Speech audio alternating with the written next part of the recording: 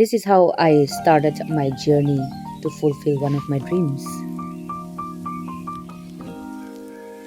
As you can also see here, there is no bridge. This is the road connecting to the Eastern Konyak, Myanmar from Longwa. During summer, they face a lot of problem.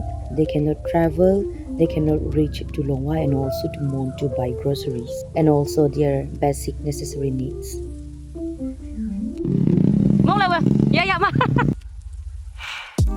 This is Lui village, the first Konyak village in Myanmar.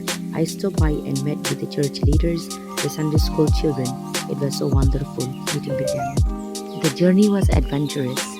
Look at the beautiful houses and also the beautiful